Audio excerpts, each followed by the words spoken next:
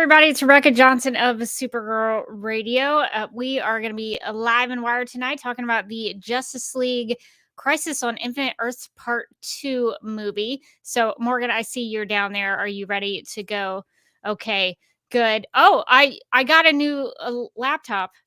Ooh. That new, there's like a function on StreamYard where you can like do a thumbs up. Oh, is it doing it? It's doing the weird thing? Did it, but I don't, there's like other like hand signals and stuff. It only does it for Amy on the Legendary Ladies podcast. We've all done the hand signals, and only Amy does it care about or work for. So I've only heard of this, but I saw it happen. So it must be like specific. if you do double, it's like oh man, it didn't work. if you do double, fireworks go behind you. No, nothing happening. It's never worked. It's never worked for me. I don't know why I keep trying to do it. It doesn't work on demand. Okay, so I guess we're ready to go. We have a lot to cover. So I guess we should just get into it. So we've got some news, we've got some email feedback, we've got some discussion, lots to discuss. So we'll have to tackle that. So we will officially get started here.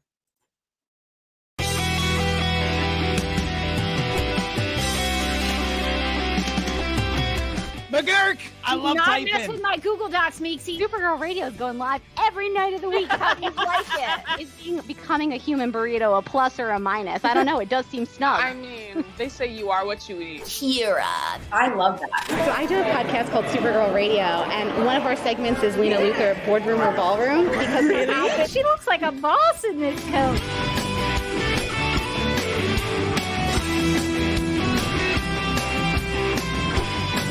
Nasty Luthor like a different Luthor?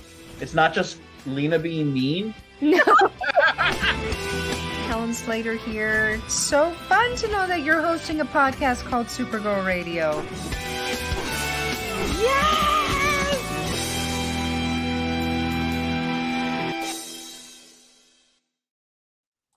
Welcome to Supergirl Radio, your source for all things related to the character of Kara Zor-El. My name is Rebecca Johnson. I'm Morgan Glennon. And we are live and wired on the DC TV Podcast YouTube channel and the Supergirl Radio Facebook page to discuss and review the Tomorrowverse animated movie, Justice League Crisis on Infinite Earths Part 2.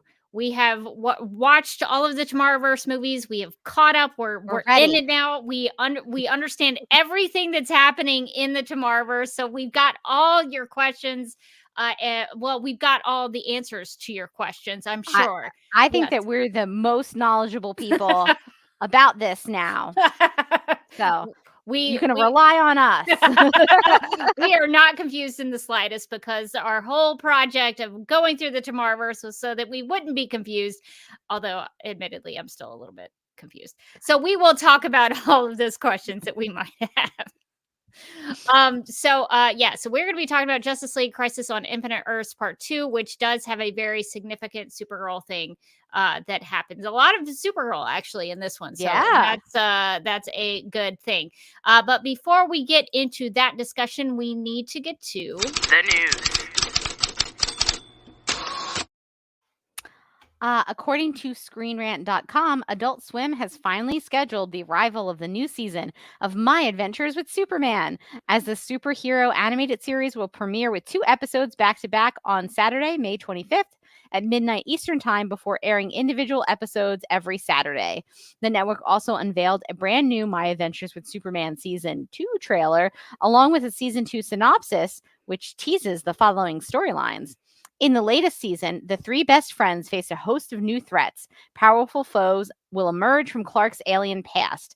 Amanda Waller will take aim at Superman. Lois will grapple with the future. And Jimmy Olsen will spend an unbelievable amount of money. Flamebird. No, I'm not ready for it. Yeah, there it is. Krypton is coming for our young heroes, and its arrival will test their strength, loyalty, and love like never before. Yeah, so this is actually very exciting. This was coming faster than I thought it would. I feel like we just finished season 1, don't you? I feel like we did. So it's coming very quickly. I did pull some screenshots from the trailer. Maybe we'll do a a trailer reaction, maybe for a Patreon exclusive. Maybe we can do that. Oh. But for now, in this Supergirl Radio episode, we can maybe talk about some of the things that are in the trailer. So some of the baddies are featured here. So Brainiac, I think we saw him at the end of season 1, so he's here, and I think he's voiced by Michael Emerson.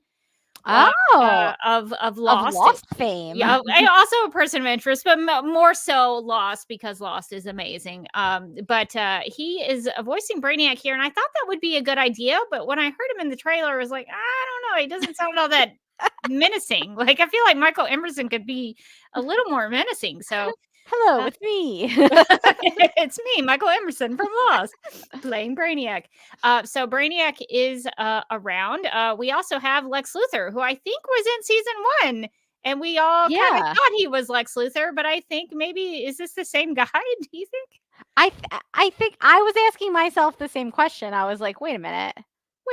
Is that the guy we were all like, is that Lex last season? Like the really dedicated intern?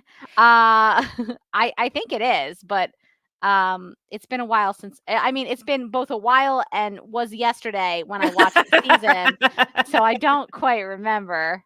Yeah, I think he worked with Parasite. Maybe the guy yeah, who I worked with think Parasite, so. Yeah. if I remember correctly. So I think that's the same guy. And Lex looks like he's palling around with Jimmy Olsen, who is Oh. a new millionaire. Yeah, I think he's a millionaire. Yeah, Millionaire, he's yes. probably given his TED talk, Looks like it. investor conference about the future of Flamebird. Oh no, I've got to get this queued up. Oh no, it's so far down. I'll have that a little bit more ready when we get back into season 2. But yeah, so Jimmy looks like he's given a talk about his newfound wealth, maybe something Emporium. So maybe he's invented something. I'm not real sure. But Jimmy is looking like he's going to meet Lex Luthor here. Also on the villain side of things, it looks like maybe Atomic Skull is going to be in season 2. Deathstroke, who we saw in season 1, might be reappearing. Livewire also reappearing, and Parasite in this season. I think there might be some parademons maybe in season 2. Maybe. That guy looks pretty creepy. So we might get some Apocalypton something or other. I don't know if Darkseid will Ooh. be coming, but that looks like a parademon to me. Although I'm not sure who this guy is. I thought it might have been Roundhouse, but that's a different guy. So I don't know. He's big. He's big. He's been hitting the gym. Whoever Yeah, he is. he's been working on his fitness. Lots of protein shakes for that guy. I don't know if that's that can't be Parasite. No, I don't think it is.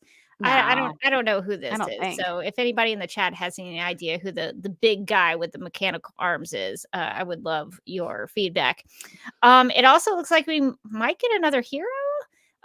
This might be Steel, is my guess. I don't have any No. insider knowledge or more. I don't knowledge, know. but that sort of looks like Steel. So we might see some John Henry Irons. But more importantly, we might get baby Kara Zor-El. Oh, she's so cute. And then we might also get more grown-up Kara Zor-El, Supergirl. I'm not sure where the story takes us, but it looks like there may be some Supergirl that is coming in My Adventures with I Superman. am psyched. I think we can confirm it here. Supergirl's going to be in this season at some point in some capacity. So in my mind, she's going to be a huge presence. She's going to be a giant character. She's going to get her own storyline. And she's going to become friends with all the super best friends. And I'm very excited about all of this. That is definitely going to happen. I would love it. Just putting up my wish list is because Supergirl sometimes will have a little bit of a romance with Jimmy Olsen. Oh, so I would love it if she got to know Jimmy, and maybe like Jimmy would take her out to some really nice he's got restaurants. all this money now. He's got the money now. He's got So all that Flamebird money. oh dang it! You keep doing it to me, and I'm not ready. Oh, gotta get this more available. But yeah, so my hope is that maybe she makes a connection with Jimmy Olsen. That would be really fun. That would be, but also palling around with Clark / Kal-El. I'm sure that will happen as well. I am psyched that I mean, I already really like My Adventures with Superman. I think it's such a good show. And so when they announced season 2, I was like, yeah, season 2. And then when I saw that Supergirl was in the trailer, I was like, all of my favorite things. Yay! Yeah, we really liked season 1. So season 2 made it even better by the appearance of Supergirl. I kind of thought she might be in this series because early on, when I looked it up on Wikipedia, not that Wikipedia is the source of all information, but in the cast list for My Adventures with Superman on the Wikipedia page, it said Kara on there. So I thought there was. Oh. So I don't know if like somebody got a hold of some character information a long time ago, but yeah, but it's definitely something that I think was maybe known for a while, and it's just now coming to fruition. So I'm glad Well, to we knew this the whole time. That's why we've been covering it so extensively. I had a sneaking suspicion, but I mean, I think we should cover it just, because Jimmy is on it because he's so good as Flamebird. So Yeah. so I think this is just an added bonus, icing on the cake, if you will. I'm very excited about season 2. So we will definitely be covering My Adventures with Superman season 2. So if you want to watch it with us and hang out with us as we discuss it, we sure would love it if you did. Let's see. Do we have any comments in the chat about My Adventures with Superman? I do see Silhouetted Animator says Metal Arms guy definitely looks like Terra Man. Okay. Let's see. I don't know who that is, Trying to see, but I do believe you. Like, look up Terra Man. Yeah, I guess I could kind of see it. I'm looking at some images from DC. So yeah, well, I don't think we know who that is. So I'd be curious if somebody else knows. Mind the Gap says there's a promo poster with what looks like Supergirl in it. I think I saw that earlier today, which is what initially got me hyped, and then the trailer came out and she was in Where it. did you see it? I missed the poster. If you can find the poster, I'll hop in the chat. I think I retweeted it. So let me go find it. Yes, I did find it. Okay. I can present. Yes. Present Share it. screen. A wonderful audio for our podcast listeners. You can see it here. I can't get it much bigger, but you can see here that that it looks like Superman is like putting out his hand to a blonde person with basically the sort of a Supergirl-esque looking outfit. Her back is to the camera, so red cape. I mean, yeah, and cape. Now they could be faking us out, but I think that would be mean. Yeah, That would be it would cruel. really be me. There'd be no reason for it. Yeah, I saw this poster pop up on Twitter earlier today, and I was like, uh-huh. And then when the trailer came out and she was in it, and I was like, oh yeah. Yeah, it looks like a younger version of Supergirl. So I'm very curious as to how they tell this story. It looks like he's like finding her in space somehow. I know. Is she just kind of floating out there in a pod somewhere? Well, we're pod experts here at Supergirl Radio. We've dealt with a lot of them. So I do feel like there's going to be a pod involved of some kind because that's really her deal. Yeah.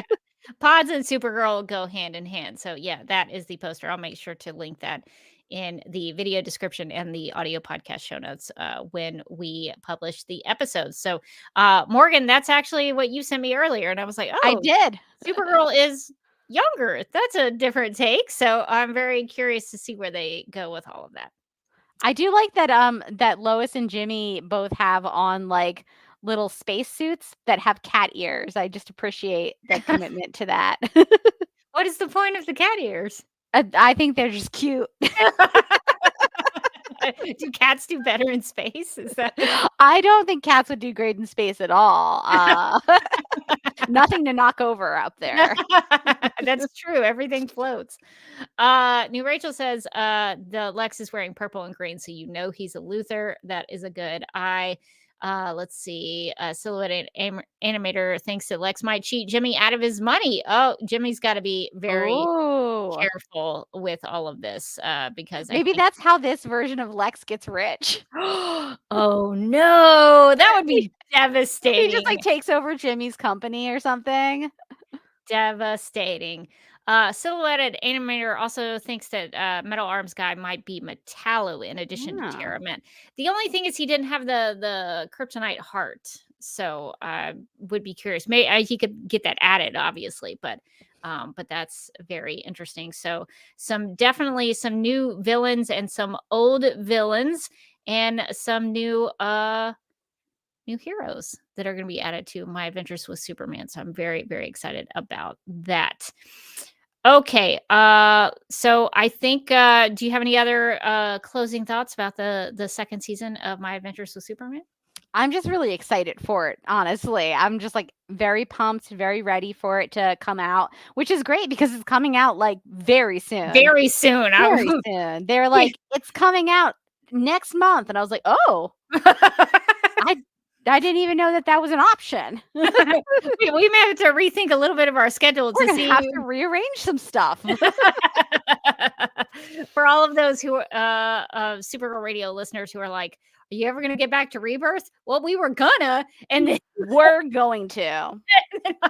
We promise you, we literally had just talked like, well, I guess now's the time. Now's the time to get back to Rebirth.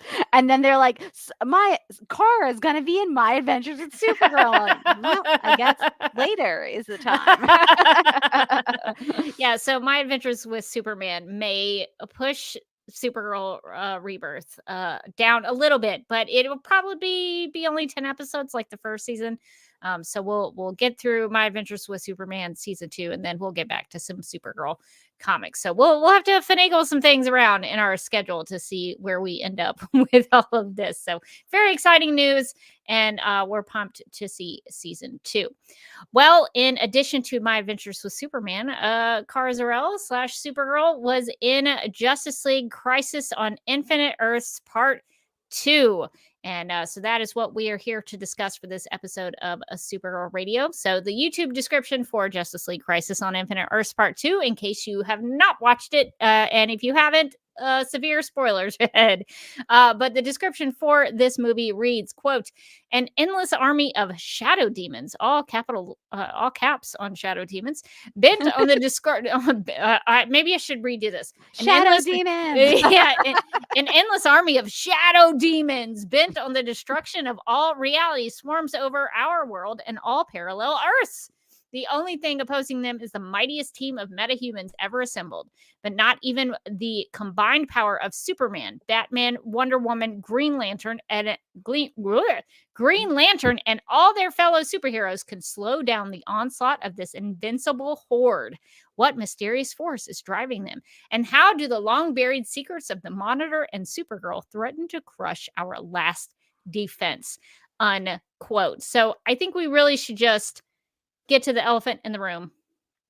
And I think we need to talk about Supergirl and the Monitor and the relationship that is told throughout this movie, and then ultimately what happens at the end of the movie. So big spoilers.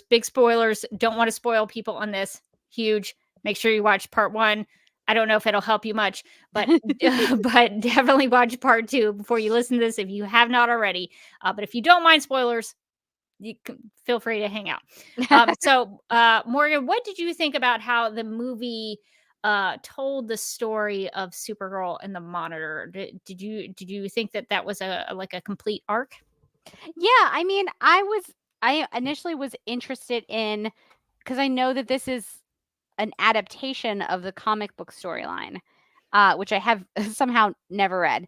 But I wasn't sure. I know that they have deviated in some pretty major ways, like especially with our girl being Harbinger.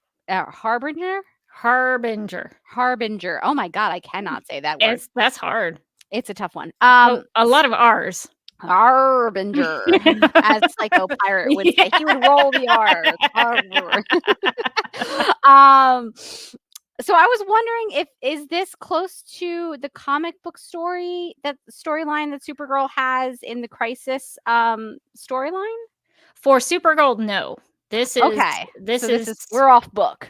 this is very off book. Because all of this in the book happens with the Harbinger character. Harbinger is a completely Oh. different character. Kara is not Harbinger in the comic book iteration of Crisis. So Oh. they have had to really move some things around and try to tell a different story with Supergirl in this. And I noticed they also tried to connect the Legion of Superheroes movie into this Yes, as they well. did. So, I don't know what your feelings are about that, but I was kind of laughing. I was like, okay, so let me get this straight. I'm already very confused. So, okay, Krypton explodes. Yeah, the timeline got me a little bit. I spent a lot of the movie going, "What?"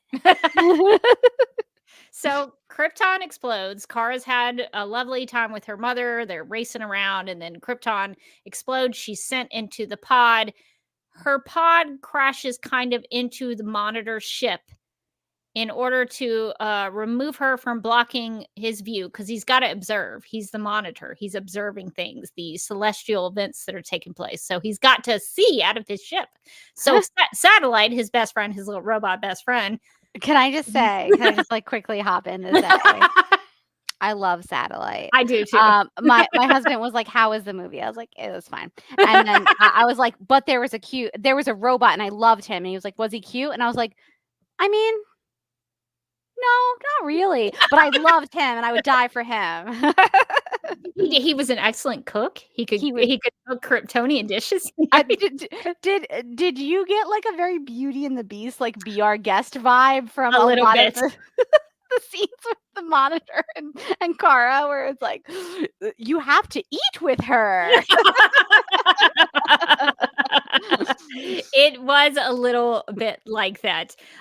So in order to remove her pod from blocking his view, Satellite brings Kara and her pod onto the Monitor ship. The Monitor sort of takes her under his wing, and for who knows how long she's there, we're not really sure.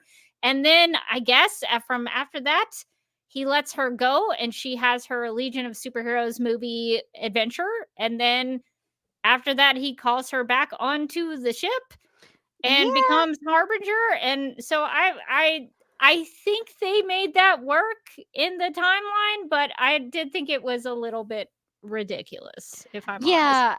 There were some timeline things where it's like, again, I had to remind myself, like, this isn't the traditional version of any of these characters. This is the Tomorrowverse version. So I was like, oh, but like she lands on Earth, and then what? But yes, I guess in this reality, she makes it to Earth pretty late, and nobody's there to answer the door when she shows up. And then she just becomes Harbinger. So yeah, I was confused about the timeline, and I was like, okay, I guess this is what I had to, by the middle of the movie, I was like, this is what we're doing. Okay. I just need to get with it. I just need to go with it. I need to go along to get along. Yeah, I keep having to remind myself about that with this universe, this like, cinematic universe, if you will, because they are future films. That this is just their take on Crisis. It doesn't have to be necessarily exactly how it is in the comic books. This is just their adaptation of it, and they can do whatever they want to do with it. They can bend the characters any way they want to bend the characters, tell any kind of story, do anything with the timeline they want to. This is just their take on it, and that's fine. And I think for the most part, they get to the from point A to point B. Not to say that I love it. I'm not super crazy about it. But I think, I have to remind myself, okay, just go with the story, try to see what story they're trying to tell, and see where it goes. It could have a terrible ending in part 3. I don't know, but I'm kind of just still letting it play out and see what happens. So we have this situation where Supergirl she calls the Monitor her adoptive father. So she considers him Yeah. to be a father figure after Krypton blows up. Um, Morgan, do you think that title, that relationship was earned? No. I don't really, because I feel like well, I mean, I guess in this sort of the timeline of the movie, it probably would have been, but it felt like she never warmed up to him or particularly liked him very much. And I feel like everything that happened in this movie would have been a little bit, especially at the end, would have worked a little bit better if she had a period where she was warming up to him, where he like let her see the library or something. Maybe they had a snowball fight. I don't know. I'm just throwing out ideas. I'm just throwing out ideas. Who knows where they come from? And then she gets mad at him again and storms off. I think that they're not having felt like there was a period where she wasn't like, "You're keeping me hostage," and he's like, "Am I?" It's just she always. I mean, she has a better relationship with Satellite, to be honest. Yeah, that's true. But for him, it's very conflicted. And I guess, you can have complicated relationships with your parents, but I don't know if your whole relationship was bad, and you kind of felt like he was kidnapping you, would you have felt like he was your adopted dad? Or would you have just been like that weird guy who kidnapped me? I don't know. I feel like there was a little bit more work that they needed to do on making their relationship a little bit like have an upswing and then a downswing instead of like a middle swing and then a downswing, to like really. And I think it would have been more emotionally affecting the ending where she laser visions him and then is like, oh no. I think it would have been more emotionally affecting if they had like a good period in their relationship where they were like getting along and but since a lot of it was just like, "You're not my real dad," I struggled with it a little bit. I was like, I really wanted them to connect in some way, and I felt like the Monitor was like, "Oh, Kara, you scamp, you can't go out there, you can't not observe." What do you mean not observe? I'm teaching you my culture. We watch things blow up. I mean, how much clearer can I be? And she was just like, I don't like it. But there's like no point where they seemingly bond except maybe when they're eating dinner. And then it feels like they just like dinner. It's not like they like each other. That's a really fair point. And I also like your point about Satellite, because Satellite is the one who refers to her as a she. The Monitor will call her an it at the beginning. I noticed that was very pointed, that he would not even refer to like her humanity, for lack of a better word, for whatever humanity means in Kryptonese. And also, Satellite is the one who's like checking up on her and being like, "Hey, Kara's doing big things down down on Earth, or wherever she is." Don't you want to see what Kara's up to? You had so many good dinners, remember? So Satellite's really checking in on her and making sure she's okay. So I do think she had a better relationship with Satellite. That is a good point. Satellite's like, every now and then I just like to check in on Kara, and the Monitor's like, why? And he's like, I've sent her off to boarding school. She's fine.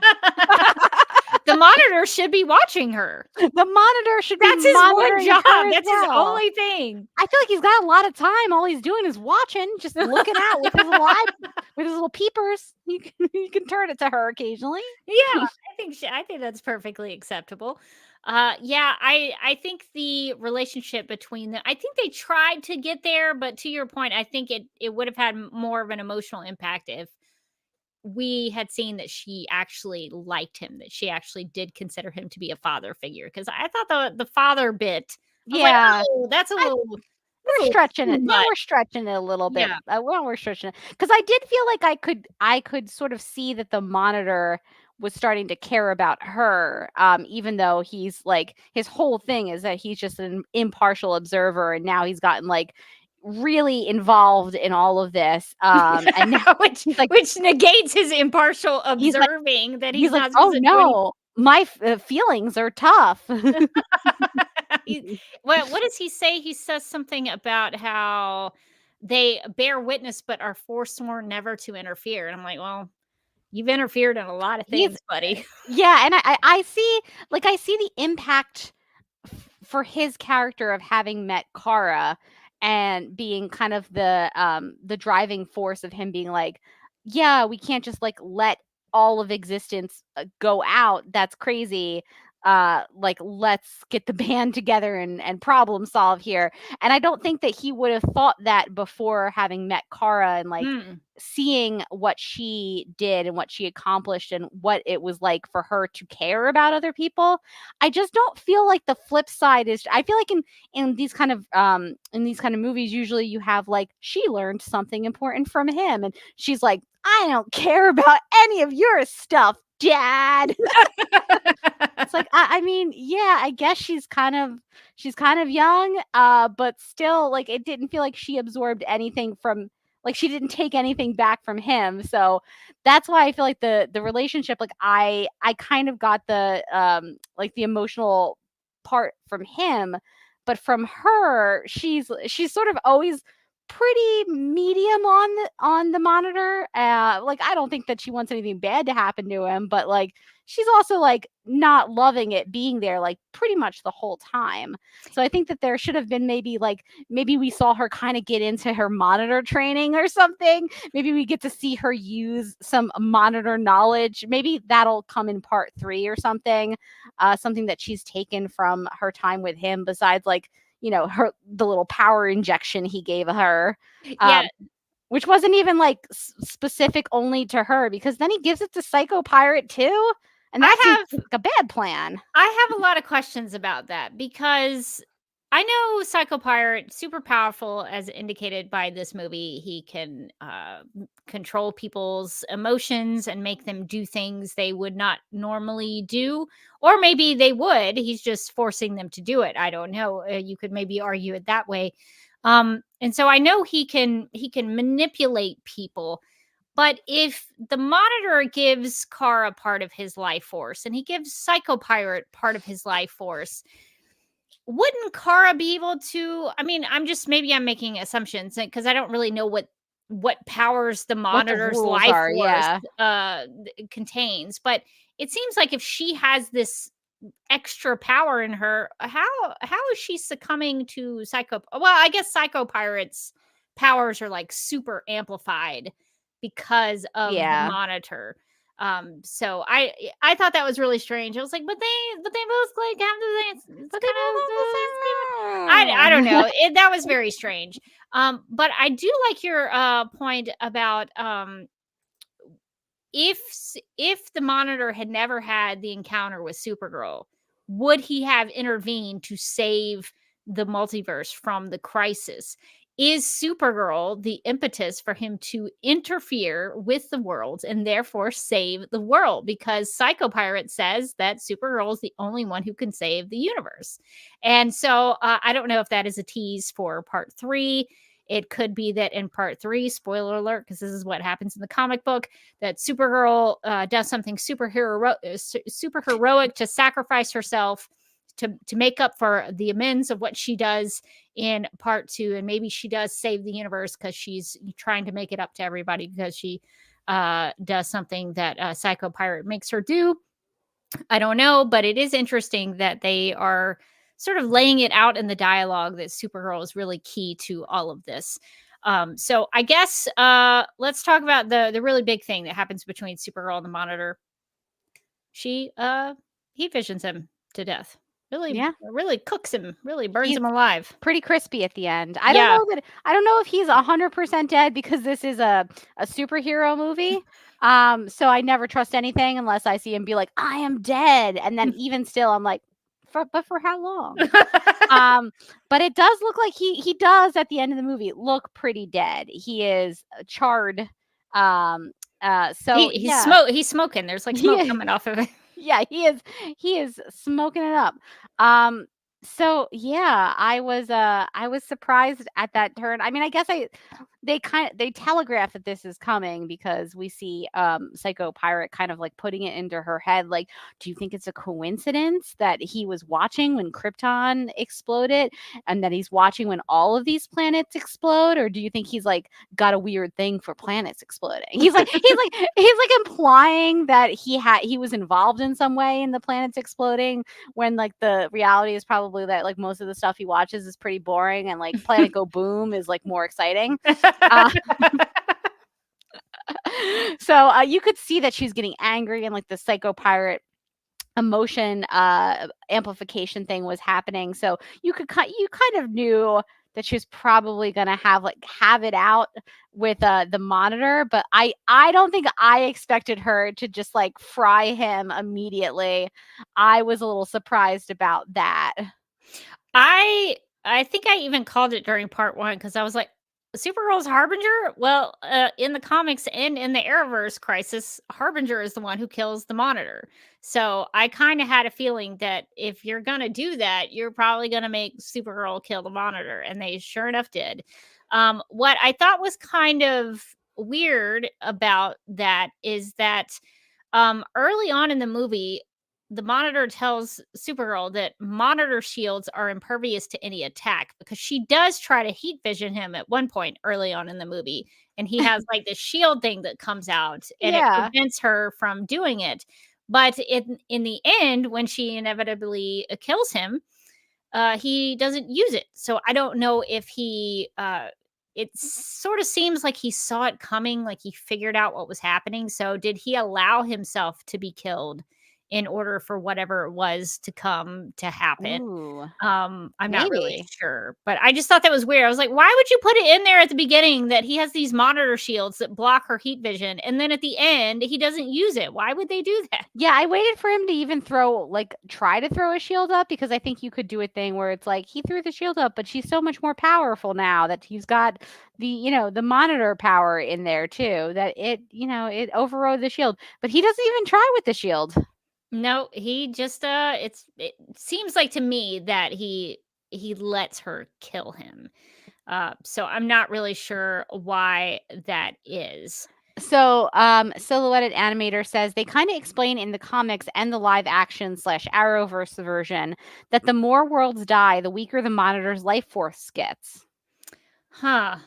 So maybe he wasn't able to use the shield. Yeah, it says because his life force is tied to all life, whereas the anti-Monitor is the opposite. Complete death makes him more powerful. So, Hmm.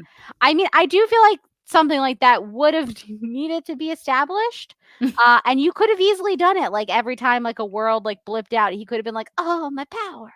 Uh, Or even the 2 times he gave up his life force, he could be like, "Well, "Oh, my this power." this is a real sacrifice for me. I'm letting some of my power go, but you should have it because I think it's important," something like that. What if he just like he starts having like aches and pains every time a world like goes down? He's like, "Oh, my lower back hurts."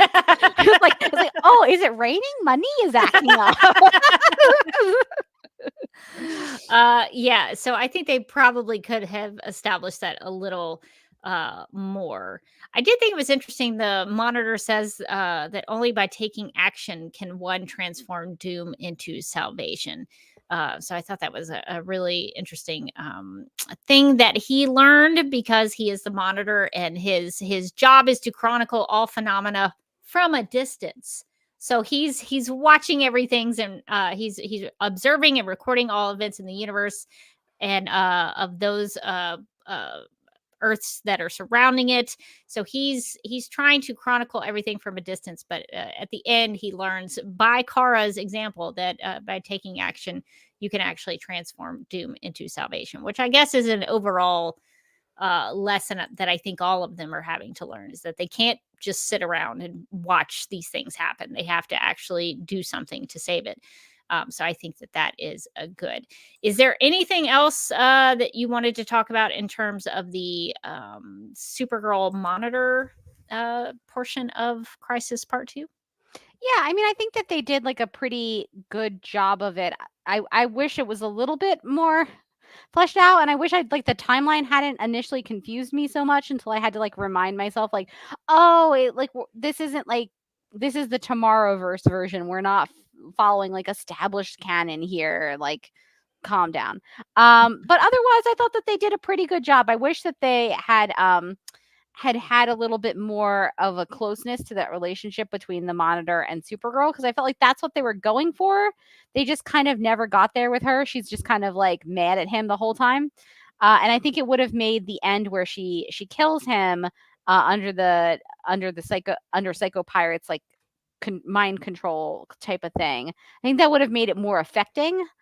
For the viewer, obviously she's going to be bummed about it, but I think for the viewer at home, like if you had gotten really involved in their relationship and you're like, oh, look at them, you would have been pretty horrified at the end when she kills him, and it would have upped the emotional stakes. I think it was maybe like a little bit of a mistake to not have them have some bonding moments even in the middle there. Like they didn't have to have a perfect relationship. I think it probably works better if they had a kind of a complicated relationship, but by not having them have like a good period, it makes it a little bit harder to get invested in the sort of tragedy of it. Yeah, I guess we'll have to see what part 3 does to address that, because in the movie in part 2, she just kind of says, "Oh my gosh, what did I do?" What did I And that's do? kind of the end of that. The only other question I had was, I thought it was interesting that so the shadow demons, all caps, the shadow demons, when Supergirl like flies into one of them to try to punch it, she starts to have this vision of her mother, and she sees Brainy and her Legion of Oh Superhero yeah, friends. I forgot about And that. I didn't know if the shadow demons were like the smoke monster on Lost. We talked a lot about Lost in this episode of Supergirl Radio, but I didn't know if it was like the smoke monster where it gave you like visions or memories or something. So I thought that that was an interesting development with those shadow demons. Yeah, I completely forgot about that, and it is that confused me when that happened. I was like, "Wait, what's happening? What's going on here?" Yeah, so I'm not sure if we'll see that with anybody else, but it was definitely something, I think, maybe to drive Supergirl further into the temptation by Psycho Pirate, to be like, oh, all her friends and her mother are dead. You know, like everyone she knew died in this situation. So I think that was maybe just another little push in her killing the Monitor. Let's talk a little bit about Psycho Pirate, because he was another big portion of this movie. So, Morgan, what did you think about getting to know Charles Halstead, who becomes Psycho Pirate? Yeah, Psycho Pirate. The thing is that he loves pirates. I have that in underneath my name because I think it's Treasure really Island important. and Blackbeard specifically. Exactly. Really, really important stuff. I did like that it's Supergirl who gives him the name Psycho Pirate by being like, "What's your deal? Are you like some psycho pirate?" It's like, he's like, "Oh, that's good. Oh, that feels right." You know what?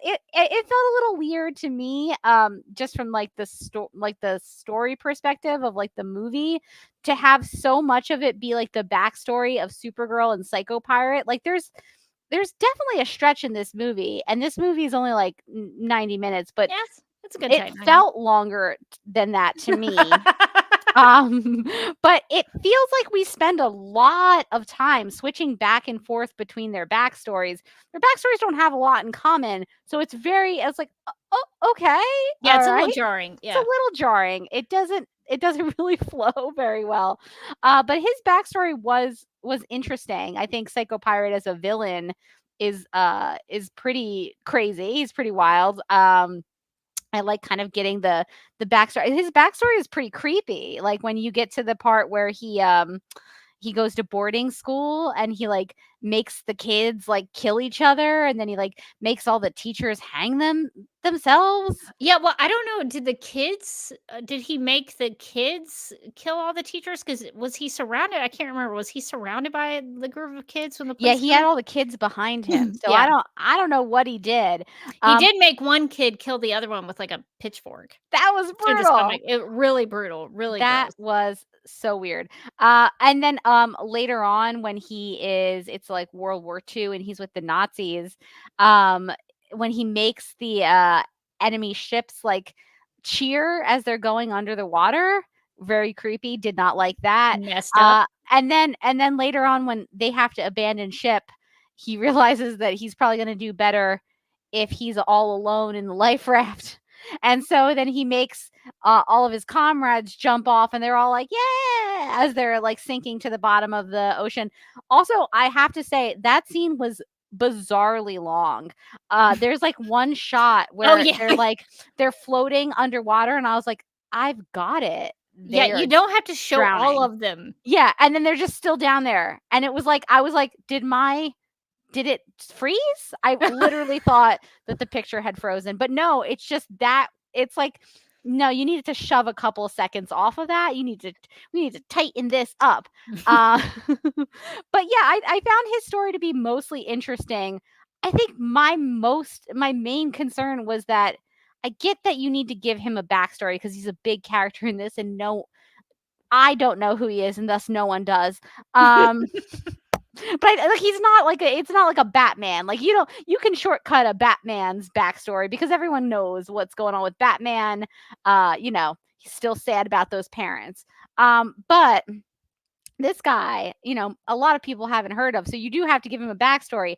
Does it need to be like 20 minutes? I don't know. That's a question. That's an open question. Because at least Supergirl's backstory directly slots into the current story that is happening with the Monitor and with the Crisis. So you could be like, okay, I get why we're spending so much time on Supergirl's backstory because we need to know more about the Monitor because the Monitor is the one who got everybody involved in this and the Monitor knows all about this stuff.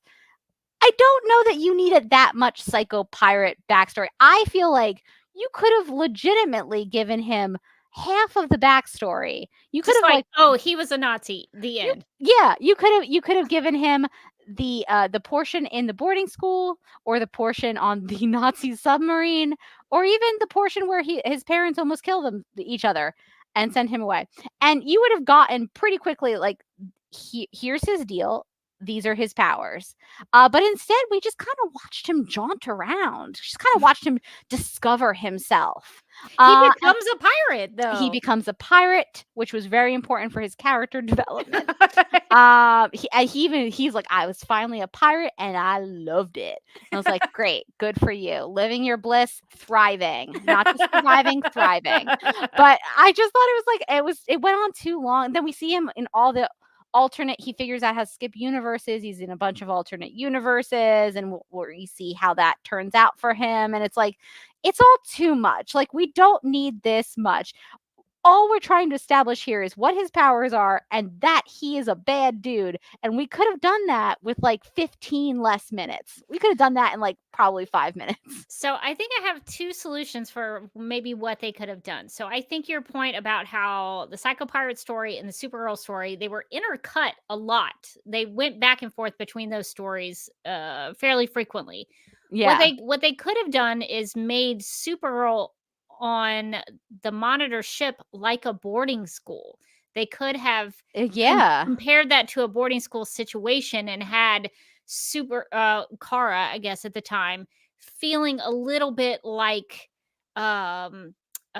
Charles when he was in boarding school. Maybe like he didn't fit in, or he was being, maybe she was being forced to do something she didn't want to do, something like that, to give parallels to the stories. We could have combined those two stories because we do see him with Aquaman of all people, because that happened in part 1. If you will remember. Oh, that's right. Yes. I was like, so they were connecting those dots. The Aquaman thing. Yeah, that was probably one of the things that I was like, this is nonsensical.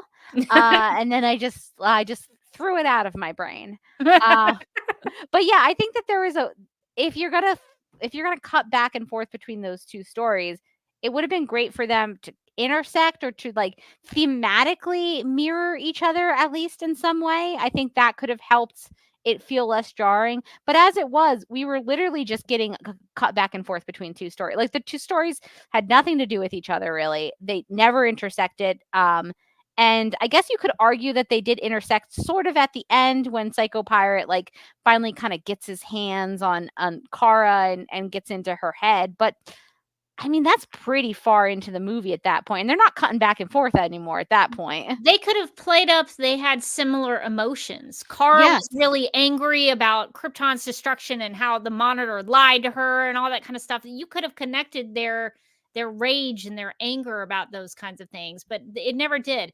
The only other solution that I think would have cut down some things is you could have made that backstory out like a visual montage. We would have got it visually if like his parents were fighting and you could see his powers and he was manipulating them. And maybe when we go into his school, you could have done that whole thing. We wouldn't have needed all of the voiceover. I think you could have followed how he was manipulating everybody with their emotions. Maybe the Nazi and the Aquaman thing would have needed some voiceover, but some of that could have gone very quickly in a montage. So I agree with that. Some of it felt like it was like the Psycho Pirate movie. You know, it felt like it was a movie just about him. And to be honest, in reading the comic, which I haven't done a full reread in a couple of years, but I feel like Psycho Pirate in the comic book version, he's there and like he plays a part, but he's not a big part. So they really? In my opinion, anyway, I don't feel like I come away from Crisis being like, wow, what a great Psycho Pirate story. You know, like he's just a part of it. So I kind of feel like they went overboard a little bit with the Psycho Pirate stuff, but I think he's there to drive Supergirl into the rage to kill the Monitor, which sets up the Anti-Monitor and all of that. The one thing I did like with the Psycho Pirate stuff is that, and I've noticed this in the Tomorrowverse movies, they talk about gods a lot. And here they talked about hell and God. So Psycho Pirate and the devil. Psycho Pirate says needs must when the devil drives. And then Green Lantern at one point says welcome to hell. And the Anti-Monitor tempts Psycho Pirate with the ability to be a god. Psycho Pirate's like, oh, I could be a king. And the Anti-Monitor is like, no, you could be a god. And then Robin at one point says, let there be light, and there was light, and it was good. And even to the effect that light defeats the shadow demons. I thought some of that could have been more connected thematically, but it was kind of interesting the way they were playing with that. I think there was more of a theme in this movie about trust with Kamandi and Solivar, and even with Psycho Pirate getting the trust of the Monitor. He says trusting me would be the height of folly, and the Monitor says learning to trust was the beginning of wisdom for me. So there were some themes that were happening, I think, in this movie, but some of the storytelling in terms of how they were presenting it and structuring it in terms of the visuals and how they transitioned into everything, it was a little jarring for me as well. Did we miss anything about Psycho Pirate? Bad dude, wanted to be a pirate, was also a Nazi. Now has Dr. Fate's powers. Oh, so, yes, the Dr. Fate thing. So that was weird. I was like, why is Dr. Fate weird? I was like, why is Dr. Fate giving him his abilities? Why can't Dr. Fate just do this? Yeah, I was very confused. I had a lot of questions during that segment as well. But I was like, all right, just roll with it, Morgan. That's how you get through these things. You just roll. You just gotta roll with it. Do you not understand? That's a normal experience with these movies. You just gotta go. You just gotta go with the flow. But yeah, I did have a lot of questions about like why Dr. Fate would just give him powers. I was like, you know, this guy's crazy, right? He just told you he's crazy. Yeah, he monologued his entire backstory of what a horrible. It had like a lot of death and there were some Nazis in it. A lot of murder and Nazis. Person. No, don't give him powers. Don't give him extra powers. He's bad enough with the ones he has. Okay, so we've talked about Supergirl and the Monitor and Psycho Pirate. I'm curious because this is your first time seeing Commandy. Did you feel like you knew Commandy since we had talked about the showcase? I did. I screamed, "Commandy!" when he popped up, and I was so happy to see him. I was like, weird character design. No one could give him a shirt. He just doesn't wear one. He's like, I prefer not. These jean cutoffs are good enough for me. Yeah, no, I was excited to see him. And then when the was he like a ape man popped up? Yes, he was from Gorilla City on Earth 1. His name is Solivar. When Solivar popped up and Commandy was like, I come from the planet of the apes, not the TM'd one, but the unofficial planet of the sort of the worlds of the apes, if the worlds of the planet of the apes. The world of the planet of the apes. And he was like, "You're not gonna get me." And Solivar was like, "Son, I'm just a friendly guy." I was like, this is amazing. This is the buddy comedy that I want. This is the buddy comedy that I need. I don't need as much Psycho Pirate, but I do need more of this. And I don't feel like we got enough Commandy and Solivar. And then obviously Solivar's tragic death. I did scream, "Solivar!" I was the only one here, and it was kind of sad, but that's how I felt. At the moment, I thought that was actually done pretty well. I did think it was funny because it was so hard to find that short that I couldn't find it. It's almost nowhere, right? Like you have to buy the DVD or the Blu-ray to see. You have to buy physical media to see this short. You have to be committed to Commandy, which I am now, but I wasn't then, to see this short. So it seems honestly wild to me to throw him in with no backstory whatsoever, just throwing him in to Crisis Part 2. He wasn't introduced in Part 1, and even in this one, his introduction was like, I come from a planet where apes are bad. And that's it. That's it. That's all you need to know, Morgan. That's his whole thing. He gets to his back to his planet, and he's like, I don't want to be here. And I think some Superman is like, I know about your tragic backstory. We all know it here. Anyway, we all know your story. Keep calm and carry on. We don't want to elaborate in any way. That would take away from the 25 minutes of Psycho Pirate backstory that we are delivering to you, the people asking for this thing. I feel like instead of all that Psycho Pirate backstory, maybe just 2 minutes of a quick roundup of who Commandy is would have been great for, like, I'm going to be honest and say most people watching this. True. I think we were familiar with him, but the average person who maybe just came for the Crisis movies is probably like, well, who is this? Who is this? I went on Letterboxd after I watched it, because now I'm trying to figure out how many movies did I watch this year, and I was curious. I was curious about the reviews for this one, and I clicked into the little review tab, and there was definitely a couple that was like, "Who is Commandy?" And I was like, who indeed? They didn't want to spend any time explaining that one. I'm very interested in Commandy. I would read Commandy comics, so I'm glad we actually I was psyched when he showed up. Yeah. So we did get a little Commandy, and I did think that Commandy's Solivar sequences I thought were well done. They established a relationship very quickly. And then it was sad when Solivar died and Commandy was kind of on his own, because then he was the last boy on his Earth. Oh, so, no, not again. Yeah, again.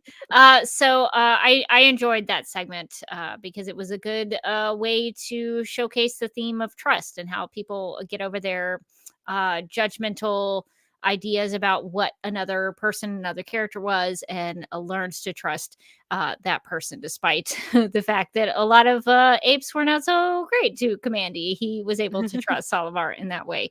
So I did like that.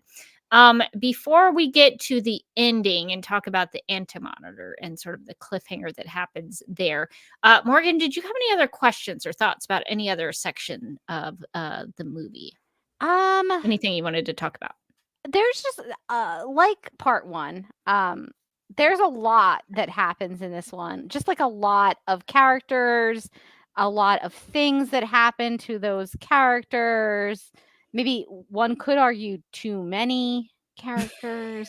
Yeah, there's like a whole really extended sequence of Batman with the Bat family that I don't know. I don't know how I felt about the Batman portion of this movie. If I'm being honest, I thought it was a little bit underdone. Like I got what they were going for, which is that this version of Batman never created the Bat family and he's on his own. He needs to learn to trust. And he doesn't like people, but then how would he have survived without the Bat family coming to the rescue? But they just spend most of that time fighting each other because of the mind control thing, amplifying their hate. But Psycho to be Pirate. honest, they did not like each other very much before that. Yeah, I don't think Psycho Pirate really added into anything that was happening there. No, I also realized that there were a few people in this Bat family that I had no idea who they were, and that disturbed me a little bit. So I'm just going to go ahead and ask the Batman with the red bat on. That is Terry McGinnis. He is from Batman Beyond, which is an animated series of the Batman of the future when Bruce Wayne has retired and a new Batman takes his place. So Terry McGinnis is very beloved in the Batman fandom because I think people have a little nostalgia for Batman Beyond. So I don't know if there may have been comics, but definitely from the Batman Beyond TV show. So I think they were playing with the multiverse aspect of the Bat family here to include Terry McGinnis into it. That's cool. Yeah, okay. I do vaguely feel like I've seen bits and pieces of Batman Beyond. There was another Batman-y looking guy. Yes, the Batman behind the Batman Beyond guy. Which Batman is this? So that is Batwing. I'm trying to remember his Luke. What is his actual name? Luke Fox. Yes. Yeah, Luke Fox, I think. Oh, okay. He is in Batwoman. He is in Batwoman, the son of Lucius Fox. That's who I assume that is. He is Batwing from the comics. And I'm sure you know Huntress because Huntress is amazing, and also Batgirl and the Robins. There were two Robins though, which I thought was weird, strange choice. Weird choice. And it's funny because they all kind of talk to each other like they know each other very intimately, although they're all from probably different universes. And I found that confused me a little bit, where I was like, wait, but they're not from the same universe. I'm not really sure. They were definitely from a different Earth than the Batman that we were with. Yeah. But were I don't know. I had some questions about this one, but I didn't care enough to like really dive deep into the answers. It was just like there was maybe a little bit too much bickering in this section for me, just like a lot of bickering.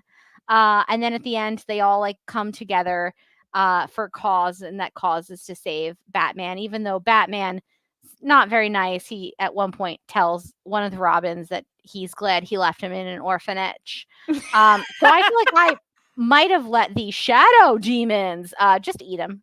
But whatever. Yeah. Batman has not learned how to trust other people to help him. He still wants to work alone. Mind the Gap says the two Robins are clearly Dick Grayson and Damian Wayne. Yeah, I thought maybe that was Dick Grayson, but I thought it was weird like to have Damian Wayne as Robin and not have like Dick Grayson as Nightwing. That's usually kind of how it goes, but for some reason they're both Robin on or in this movie, so that was interesting. The only other thing I would like to say about the Batman portion was that I guess we could mention Solomon Grundy makes Oh another yeah, appearance. We love Solomon Grundy here on love Supergirl Radio. Solomon Grundy. Killer Croc and the Joker also make an appearance. Joker makes Jim Gordon, I guess, be affected by his Joker toxin, and Jim Gordon turns into like a Joker type thing, and then dies, and then Joker blows up his dead body. That's how I interpreted that whole sequence. Yes, I And also how I interpreted it. I was like, And- oh, okay. and then Batman does not seem No, he has like so no sad about it. He's like, ah. But I think Joker does say something like, well, that's one of them. Like, that's one Jim Gordon. And Batman's like, yeah, I guess you're right. I've got like, I can get a little buddy from another universe. It's fine. Yeah. I have big issues. I think we've talked about that with the Supergirl TV series in the multiverse, where it's like, yeah, but if you're connected to that Jim Gordon, that should matter to you. When you feel some sadness? Yes. if I was your friend for a long time in this universe, but then something happened to you, I would be upset. Even if there was another Morgan on Earth too, I'd be like, but no, I was actually friends with that Morgan. I don't know you. Like, yeah, I think you could get to know that person. And I think this also comes up with the Wonder Woman stuff, where the Hippolyta that she encounters is not her Hippolyta, it's not her mother. So that I was also kind of confused. I was like, okay, so which Wonder Woman is this? Because the Wonder Woman and the Superman, Wonder Woman calls him my love, I think. Yeah. So I think they're romantically. So I think that's the Justice Society World War II Wonder Woman and the Justice Society World War II Superman. I think so. I think it's not Yeehaw Wonder Woman. Well, I guess it is. Or right? yeah, no, I think it is. It is because the one from the Wonder Woman movie is Yeehaw Wonder Woman because aren't we all really Yeehaw Wonder Woman? Because she goes into the different war worlds. But yeah, it was weird. I feel like if they talk about it in part 1, this idea that that her version of Clark/Superman have gotten together like long after their romantic partners died off or whatever. So I guess we're supposed to believe that. Well, and Steve Trevor died sadly before being able to propose to Wonder Woman. She regifted that ring quite fast, though. I remember that. And speaking of Steve Trevor, was he the guy who was dying on the street when the Flash? I think so. Was that supposed to be Steve Trevor? I was also wondering. I was like, Steve? Like, have they not let this poor man die completely yet? It would have been amazing if he was like, I hope she cherishes the ring forever. As the Flash like flies by with it in his hand, like going off to propose to Iris. No, that's what I also thought. I also thought that was Steve Trevor. But yeah, I start to lose the plot a little bit with the Superman Wonder Woman thing because it's talked about in Crisis Part 1, but we never saw it in any of the movies. So it's just kind of dropped in there like, oh, yes, you're not my Superman, but my Superman and I have been together. So it's just kind of weird. It's like, well, we haven't seen that in any of the movies, and I don't know why if you wanted to kind of establish that, why you wouldn't have just tossed that into one of them. Okay. I have a lot of questions now. Is the Batman that we're following, is he like Earth 1 Batman? I don't know. I don't know what Earth any of these people come from. So where is the Earth Superman and the Earth Wonder Woman? The Earth 1 Wonder Woman? Because the Superman is from... The Superman. I think the Superman is from World War II. Right? No, I thought the Superman was from the movie. Man of Tomorrow? The Man of Tomorrow movie. And then the Wonder Woman is from the World War II timeline. That's weird. Which is why, like, in part 1, she's like, you're like my Clark, but not quite because you're younger or whatever. Yeah. What she says to him.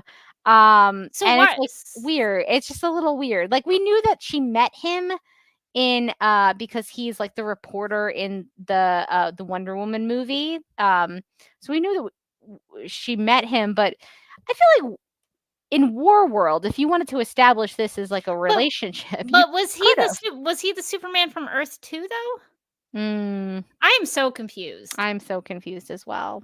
If I anyone has any I thoughts in think the the chat, Superman and the please Wonder let us know. Woman are from different realities or different universes or Earths or whatever. And they're not romantically involved with each other but she is in her universe with her version of Superman.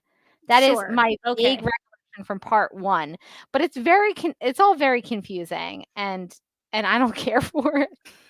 I also had one of my biggest critiques for this movie.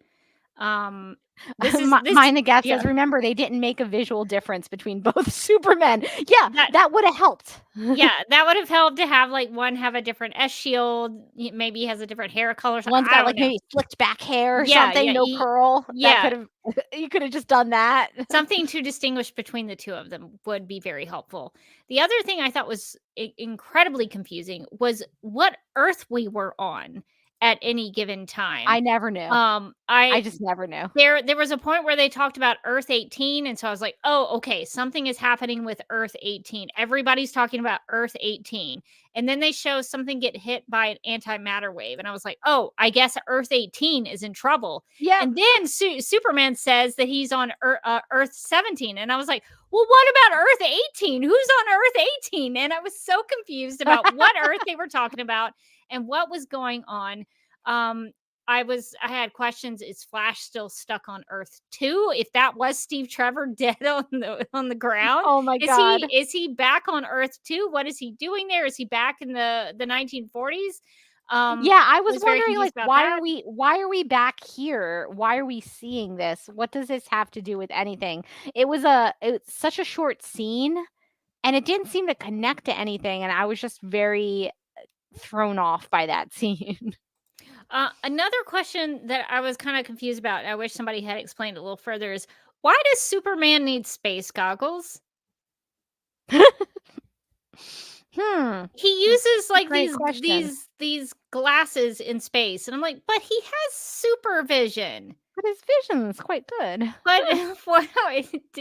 But how is that enhancing it for him?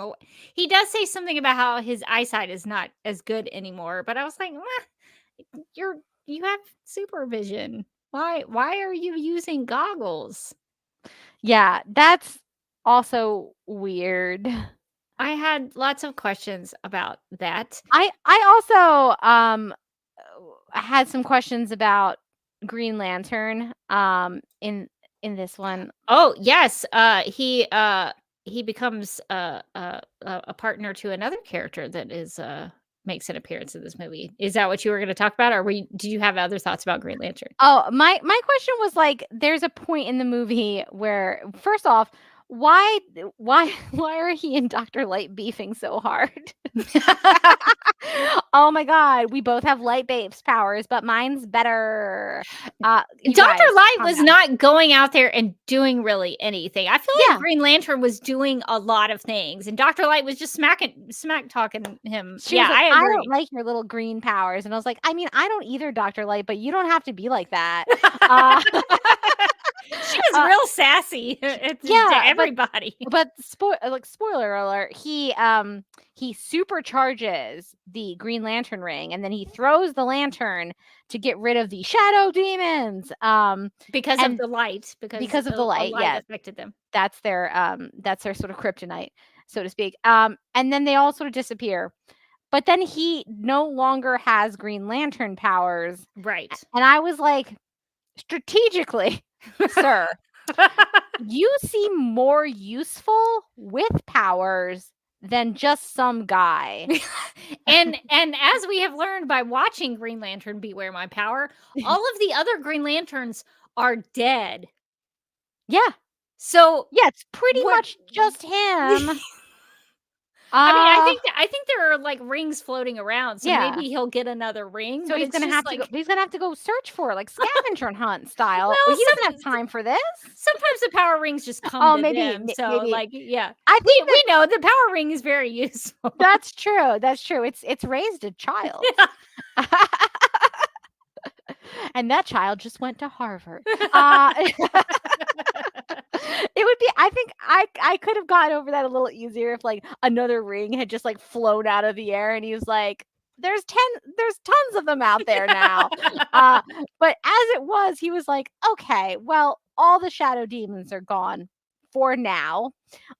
Because they have a tendency to disappear and then come right back. But now I have no powers. And I was actually pretty useful in this whole fight, but now I'm not going to be useful at all. Anyway, good job, me. I do it again. And I was like, I don't know. Strategic wise, buddy, I think that you made some wrong choices. Yeah, it is a little bit of an issue, but I'm curious to see where they go with that. Does he get his Green Lantern He ring better. restored? Maybe this will be what gets Morgan to like Green Lantern if he comes back to his powers, and Yes. and Morgan will be like, "Yes, great, Green Now let's do Lantern is here." Or this is the end of Green Lantern, and I get my way either way. No, I'm joking. Another notable thing about Green Lantern in this movie is that he teams up with John Constantine, who was, I believe, in the Green Lantern Beware My Power movie. There was a homeless man that John Stewart saves in an alley. And I think that homeless man was John Constantine with the big woolly beard on. So I think they've connected the two Johns together in that way. So here we get to see John Constantine and John Stewart are kind of working as a duo here. So I'll be curious to see what they do together in part 3 to see if that continues to develop. Yeah, I think it would have been a bigger surprise to me if our listeners weren't smart and hadn't figured it out in part 1. Everybody in the chat was like, "Oh, it's Constantine." And I was like, "Oh, is it? Oh, cool." So now I can pretend like I knew this all along and be like, "Of course it was." Yeah, well, Constantine." now we have seen it for ourselves. Now we've seen it for. I did like that they had Matt Ryan playing Constantine, who played Constantine in the TV show Constantine, but also, and more importantly, and very importantly to me, on Legends of Tomorrow. So I just like that he really loves playing Constantine, and he's really good at it. So as soon as I could like pick up, he was just doing like the straight up Matt Ryan Constantine voice. I was like, yeah, Constantine, he's back, and now he's quit smoking. This is a bad time to do it. Good for you, buddy. You know, there's never a bad time to make positive life choices. Like it took the end of the world for him exactly. to stop. The end of the worlds, plural, I should say. So I think this could be curious to see what happens with him. And I do think it's funny that Matt Ryan is continuing to play Constantine, because it's like, well, nobody else can do it. I know. He's the only one. They got to call up the ringer, baby. I hope that if there's ever a Constantine-based project in the future under this new DC leadership, that they understand that there's only one person who can possibly play Constantine, and it's Matt Ryan. It's very important to me and to Matt Ryan that he play Constantine forever. I don't care how old Constantine is. He can get into that little outfit and he can do it. He can always do it. Yeah, so that's cool that they continually bring him back. Okay, so I guess we could get to the end of the movie, unless there are some other things that you would like to discuss. So much was happening in this movie. I probably forgot half of it. There was I don't know. Well, I guess before we get to the end, did Wonder Woman die? Yeah, she absolutely did. I didn't like that at all. Okay. I just wanted to get that cleared up, because I was, again, very confused about the Wonder Woman stuff in this movie. And so I was like, I guess she's gone. Yeah. So that R.I.P. Wonder Woman. Would be useful to have her around.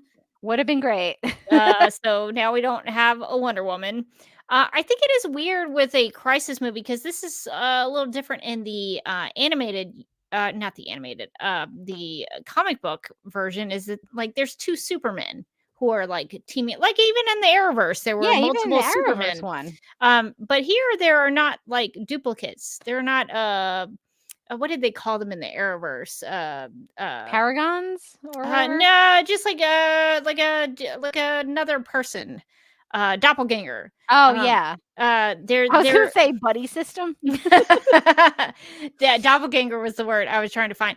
There are not really any doppelgangers in this version of Crisis. They're just like the one characters, like the one versions of the characters. So even if we're down a Wonder Woman, I guess we have no other Wonder Woman that could help us. Yeah. I guess that's it. It seems like it because it seems like they only grabbed one. I mean, I guess they could go grab a different one, because from however many worlds are left. Although who would do it? I mean, the Monitor's gone.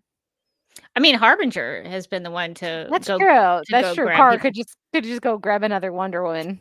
She's busy now, though. She's mourning. Yes, she has just murdered someone. Her adoptive father, to be precise. They were very close. They were very close. Okay, so that was the other thing that I was very confused about was whether or not Wonder Woman made it out from the shadow demon situation. So I think that's kind of the other big thing that happened. So at the end, it seemed like all the shadow demons got together and they formed a giant anti-monitor, and he's like got the world in his hands and he's like, this is it, I'm coming for you, everything's gonna die. Real ominous at the end. So Morgan, Yeah. what are your thoughts on where things are going? Yeah, it doesn't seem good for them. I'm interested to see how they wrap it up in part 3. I wonder if part 3 will feel less disjointed. I doubt it. I've been Based great so far. Listen, the track record's not been stellar in that regard. It always kind of feels a little choppy, and like a lot of stuff is happening all at once, and that I'm struggling to follow it. And just as a reminder, we've seen all of these things now. We're now current. We're We 100% are up to date. current. And I still don't know what's going on like half the time in these movies. So I feel like that's going to continue in part 3. But yeah, I'm interested to see where they take it. I'm interested to see if Supergirl makes it out alive. My guess is no.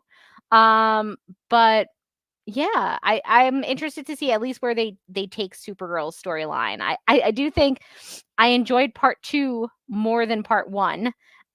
Even though I don't know that it was a better movie. But it had more Supergirl in it. And That is personally, that key. was personally important to me. And I was like, great, I love all this Supergirl stuff. The rest of it, still kind of hit or miss. But the Supergirl stuff, I like. Even though they were Beauty and the Beast in, and nobody did like a Be Our Guest song, which I thought was sad. And there was like Satellite could have done it. Satellite could have done it. He could have been like, da, na, na. I think we told I didn't record this, but we did Morgan and Andy and I did talk about Beauty and the Beast and how We did. in Beauty and the Beast, Andy back from the Flash podcast and the showrunner Whisper and all the podcasts, that in Be Our Guest, Belle, I don't think ever gets to eat. She doesn't. We So- we watched the clip of them doing Be Our Guest From the And- the Emma Watson version. from the Emma Watson version. And I hadn't seen the Emma Watson version in a while, and I forgot how scary the candlestick guy was. Lumiere is Lumiere terrifying. is haunting. But yeah, like at the end, she just never gets to eat anything. So in that way, our boy Satellite is much better Yeah, because she was eating the whole time. he cooked her stuff. And Their she ate it. dinners they had family dinners where they all just sat down and ate. It was great. So we love a good fun robot here on Supergirl Radio. Okay, so I guess my closing thoughts, I guess. If you have any other closing thoughts, let me know. But does that kind of sum it up? I think so. It was better than part 1. But not remarkably better than part 1. And I don't know if it was actually better than part 1 or if I just care more about Supergirl than I do about the Flash. I like the Flash. I watched a lot of his show. But Supergirl's my girl. So obviously I'm going to give like bonus points for that. So I can't say if I think it like taking if it wasn't Supergirl, if it was some other character, would I have liked this one better? I don't know, maybe not.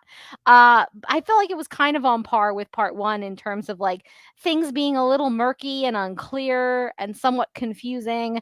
I don't think it clarified a lot. I thought, you know, obviously now that we've watched all these Tomorrowverse movies, I'm gonna come in, I'm gonna understand everything. And I did understand some things that would have honestly been a mystery to me, like Commandy, had I not watched it, or like, Jon Stewart. I don't think I would have understood his whole deal. Though I guess you didn't have to know that much. Um, but yeah, I mean, I think having the Tomorrowverse knowledge helped, but not as much as I would have hoped. Yeah, I think there are a lot of good ideas. I think getting to know Psycho Pirate was very interesting. I thought he was, to be honest, I thought Psycho Pirate was kind of the most interesting aspect of part two. I liked the Supergirl stuff, but the Psycho Pirate stuff was like, like it was, Ah, yeah, yeah, it was so disturbing that it was it's like so creepy. I was interested in it just to see where all of this was going. I would So I also was say that paying the attention Psycho to it a Pirate lot. stuff, I think, worked because it felt like a linear narrative I was following, and the rest of the movie felt so all over the place that I was like, "Yes, tell me this one man's story, please." Yeah, yeah. So I think the Psycho Pirate stuff I think was strong. I think the Supergirl section could have been a little bit stronger, but I think they kind of got to point B with that. So I think they made it work. Everything outside of the Psycho Pirate and the Supergirl story I thought was incredibly confusing. I didn't know what Earth we were on. I didn't know which character was from what Earth. And I think some of that could have been helped by just like putting up on the screen Earth 18. Like identify where we are and what Earth we're dealing with. Sometimes just by saying it is not very helpful since there are so many Earths and so many different characters from so many Earths. To me, that would have been more helpful if they identified those things just with a little text on the screen. The Arrowverse did that with their Crisis version, their live action adaptation, and it was helpful to be like, oh, they're in the future and they're on this Earth. That's very helpful. So I think some of that confusion could have been avoided just by adding a little text there. So I think there were some good themes, some good ideas. I liked the mentions of God and hell and all of that kind of stuff. I hope that goes somewhere, and I kind of think it does, where like the big anti-monitor there is at the end. He's very scary. He's kind of like a godlike figure, but maybe he's more akin to the devil in this situation. So I think if that stuff was really fleshed out, that could be really interesting. But I think they're just kind of like throwing things out there. So I think some good ideas, some fairly good animation, good voice acting, but still very confusing even after watching all of those movies. So that was a little bit of a disappointment because I thought I would understand it a little better than I do. So I guess we'll have to wait for part 3 and see what happens I believe the conclusion. I think part 3 is the end. So I think so. I think a stunning conclusion. Yeah, will Psycho Pirate get his comeuppance? Because I feel like he deserves. He betrayed them, and it was pretty obvious he was going to, but still. He was only useful, I guess, to try to. The Monitor wanted him to calm everybody on all down. the Earth, but he really just he had did the opposite of that. Murder the Monitor and cause chaos. So yeah, hopefully in part 3, things will take a turn. Maybe this was the Empire Strikes Back moving into the Return of the Jedi. And we'll get some maybe like dancing Ewoks. That would be my preference. That'd be amazing. So we'll see if that happens. But I think that's going to end our discussion on the movie. But it looks like we have an email from a listener. So Morgan, would you like to read that? Nice. We have an email from Mark who writes, I promised ages ago that when you got to Justice League War World, I would mention a character they used that I thought should have shown up on Legends. And I will do that, but I have a couple of other things to mention before that. First, you discussed how effective Green Arrow would be in space. I'm sorry. That's just it's really funny. It's just shooting his How little do arrows. the arrows happen in space? It's not gonna be. I'm sorry. It's not gonna work. Maybe he like weighs. I don't know. Maybe he puts them in like little spacesuits. I just We'll find out. yeah, we'll see.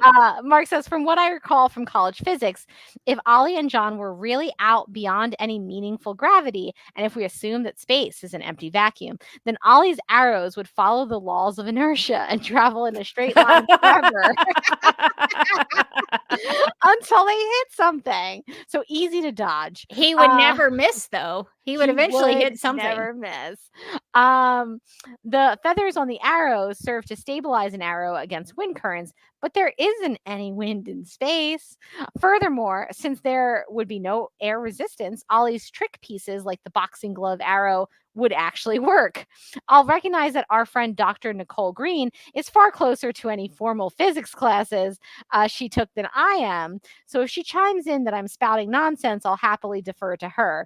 I'll also admit that no matter how cool his arrows might be, I'd much rather have a magic ring that can create anything I can imagine. Much more beneficial. I mean, you could also still create arrows. True. No one's stopping you. Although Ollie would probably be pretty upset. He'd be like, that's my thing. Mark goes on to say, second, going way back to your discussion of Crisis Part 1, you tried to remember what the Psycho Pirate did in the comics and also what the Towers originally did. Essentially, the Anti-Monitor used Psycho Pirate to mentally manipulate the heroes and make them fight each other. In story, it was so the heroes wouldn't succeed in stopping the Anti-Monitor's plan. Breaking the fourth wall, it was an excuse to have cool superhero fights. The CW teased Psycho Pirate at the end of the Elseworlds crossover, but left him out of Crisis because they decided to spend money on cameos instead of cool, expensive superhero fights. They didn't have enough budget for both, so they had to choose. Mark goes on to say, remember that what originally kept the worlds in the multiverse apart was that they vibrated differently. In the original Crisis, the towers were essentially tuning forks designed to align the vibration rates of the 5 chosen Earths: Earth 1, Earth 2, Earth S, which was the home of the Shazam characters, Earth X, which had the old Quality Comics heroes, and the newly discovered Earth 5, which was the Charlton world, home of Blue Beetle, The Question, and Peacemaker, among others. So they would merge together into one, hoping that the merged universe would be strong enough to withstand the antimatter wave. Did you get all that? That's a lot. I'm sure that made sense to someone when they wrote They're it. just vibrating, they're vibing, and then it's just a lot of like comic book gobbledygook. Yes, that seems Comic scientifically book sound. science. Yeah, exactly. No further questions. Mark says, okay, on to what I originally was going to talk about. The character I thought would have been perfect on Legends was Batlash, our boy. In Justice League War World, they basically made him a generic white hat cowboy. But if you go back to his original comics, he was essentially a direct take on James Garner's Brett Maverick, a self-proclaimed pacifist who was more into a little bit of drinking, a little bit of romance, and a fair amount of gambling, and no fighting or shooting if he could help it. He was essentially as much of an anti-hero as DC could put in a comic at the height of the Comics Code era, and I thought that not having him visit the Wave Rider on one of the Western episodes was a huge miss. Of course, by the time Legends ended, I don't think there was a single DC character anywhere to be seen on the show anyway. Oh man. That is incredibly true, Mark. Incredibly true. They were basically not even heroes anymore. Mark says, I'm looking forward to hearing your review of Crisis Part 2. I watched it last night and I really liked it. Also, speaking of interstellar space, I just read that NASA has gotten Voyager 1 speaking real data again. So go NASA. No, well, I don't know what speaking real data means. It seems great, though. It seems great for them. Like a forward move into progress on space science and things. So that's exciting. So thank you, Mark, for sharing all that information. Rachel says, I think the Earth's vibrating at different frequencies was also a thing brought up by Barry in World's Finest. Yeah, I'm sure it's a part of the story. I don't understand what it means, but I guess the different Earths would be different in some way. You know, sometimes you have a vibe and like I have a vibe, but they're like different vibes. So I guess that's how you distinguish between the Earths and the. On one of those different Earths, Mercury is in retrograde. And yeah, so comic book science. Okay, so Morgan, I didn't have time to create some snap judgments, although I think I have one. So Okay. if you want to come up with one, I'll have one. Okay, I could And try to think. then I could try and- to think of one. Okay, all right. So we'll just come up with these on the spot. In the game of snap judgments, each person is presented with 2 options, but must only choose one. First instincts are recommended and explanations are unnecessary. Okay, my on the spot snap judgment is if you are this is part 3. So if you were going to put Dr. Light with another character, like partner her up with another character, do you put her with Green Lantern or the Question? Oh, it's got to be the Question because I feel like he is much more annoying than Green Lantern and she cannot even deal with Green Lantern.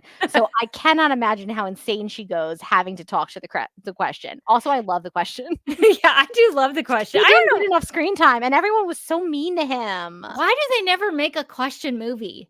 It is a question, isn't it? They should make a question. I mean, maybe because you could do a whole movie that's just him solving a question. It would be the best. Yeah, It would be the best. I would watch it. I also think I would say the Question because she did not like him because she called him like a conspiracy guy, and he like I guess pun intended, he mouthed off at her and was like, I'm what did he say? He said something like I'm sticking my tongue out at you or something. And the Question you can't see like any of his facial features. So I think that would be a very I liked her dynamic with Green Lantern, but I think putting Dr. Light with the Question could make for some real good solid comedy there. I think that would be a great buddy comedy that I would love to watch. Okay, my on the spot snap judgment is if you could only keep one of which of the 2 characters introduced in this movie were your favorite? Satellite or Solivar? Oh, that's tough. It's tough. I had an emotional connection to Solivar. But then I also really like when Satellite came on the screen, like I sat a little taller. I paid a little more attention. Just because like he was interesting. Like he had a presence, I feel like Satellite had a presence. As much as I liked Satellite, I think I would say that Solivar had me emotionally. I think I had a real emotional reaction to his death. So love Satellite, probably would pick Solivar. This is a tough one for me too because I screamed to the heavens, Solivar when he died. So obviously they got me there. I really loved him. He was and he really like he got Commandy to come around. He was like, I'm a good dude. I'm a great ape. You can trust me. Like, yeah, I think you are kind of a cool dude.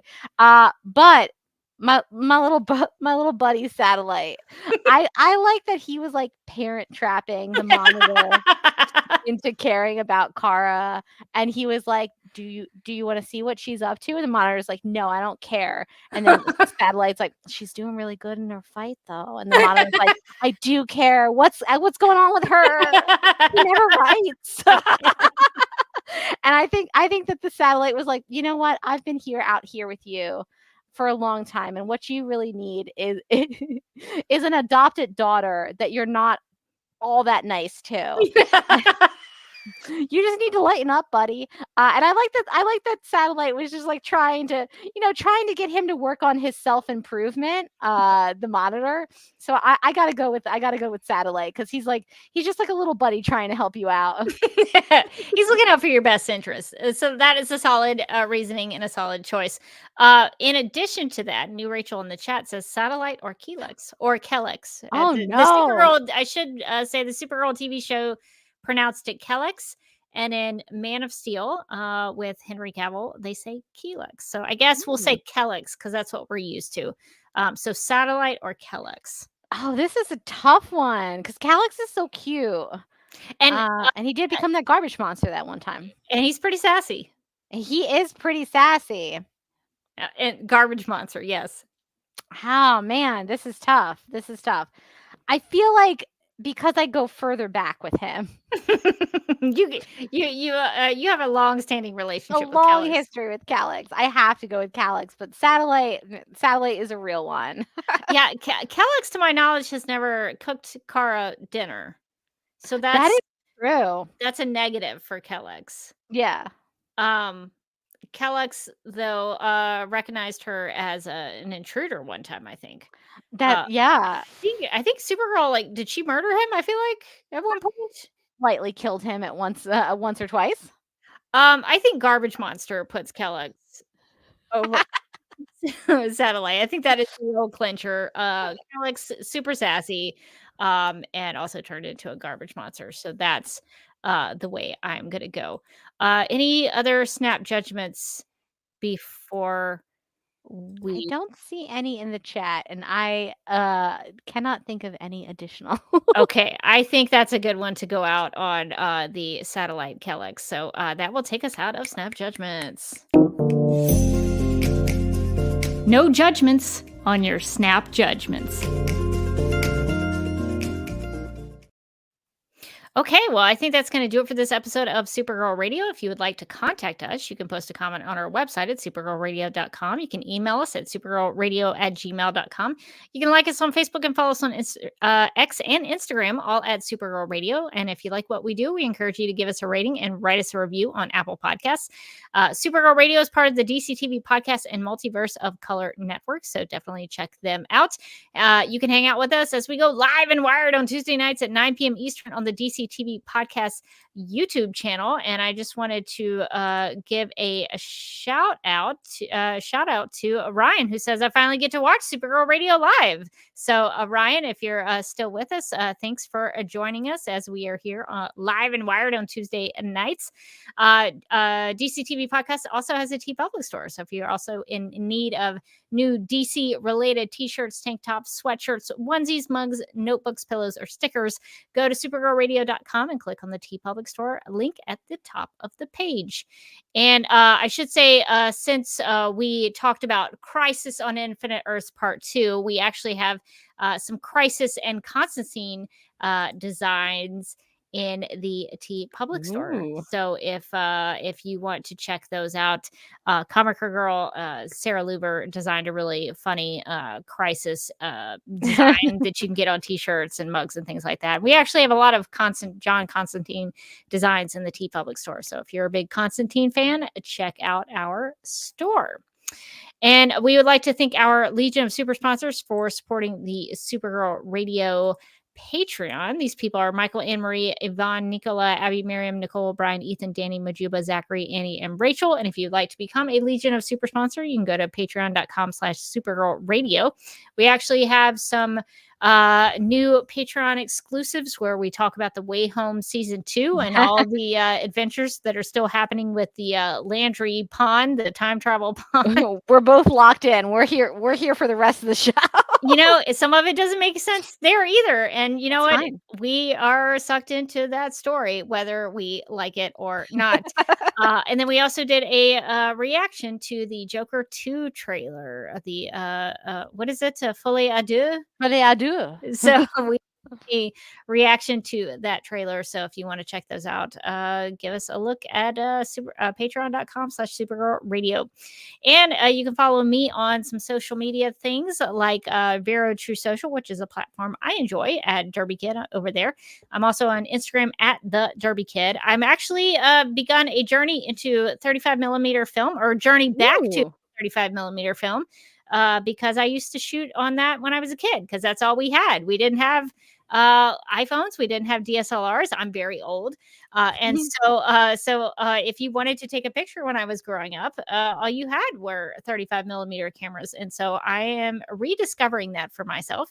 So I hope to be posting some of my 35 millimeter journey over there on Instagram at the Derby Kid. You can also find my personal YouTube channel over at youtube.com/duckmilkpride. And you can find me on Twitter and Instagram at 𝙁𝙪𝙨𝙩𝙞𝙘𝙚. And you can also find me as a co-host on the Legendary Ladies podcast, where last week we tackled the very large Taylor Swift new album, all 31 songs. Ended up being a very long discussion. It's a lot of it. There's a lot of music. There's a lot to talk about. And we did our top 5s, which again, 31 songs, hard to pick 5. And then this week, I believe we're actually going to be talking about doing a pilot pod for NCIS Hawaii because it was recently canceled. So now is the time to jump in, obviously. Is that the one with Vanessa Lachey from Love is Blind? It is the one with Vanessa Lachey. And honestly, I've kind of been dying to see her act. So this, I'm going to get to do like a 2 birds, 1 stone situation. Wow, exciting. Exactly. So you should follow us on Twitter at Legends_podcast, on Instagram at The Legendary Ladies, and also on YouTube at The Legendary Ladies. And also we have a Patreon. So we a lot of times record these episodes a couple of days early before we release them. You can join us in the chat and talk to us about what you think about NCIS Hawaii or any of the random things that we end up talking about. So yeah, you should check us out. That is exciting. Looking forward to those episodes. Well, I think that is going to do it for this episode of Supergirl Radio. But until next time, I'm still Rebecca Johnson. And I'm still Morgan Glennon. And remember, knowledge is nearly useless without a degree of faith.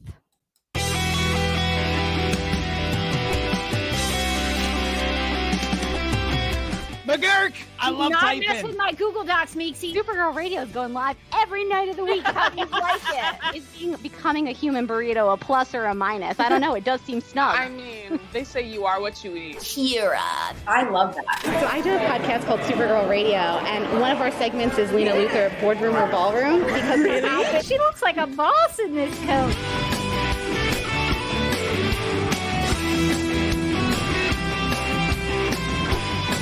Nasty Luthor like a different Luthor? It's not just Lena being mean? No. Helen Slater here. It's so fun to know that you're hosting a podcast called Supergirl Radio. Yeah!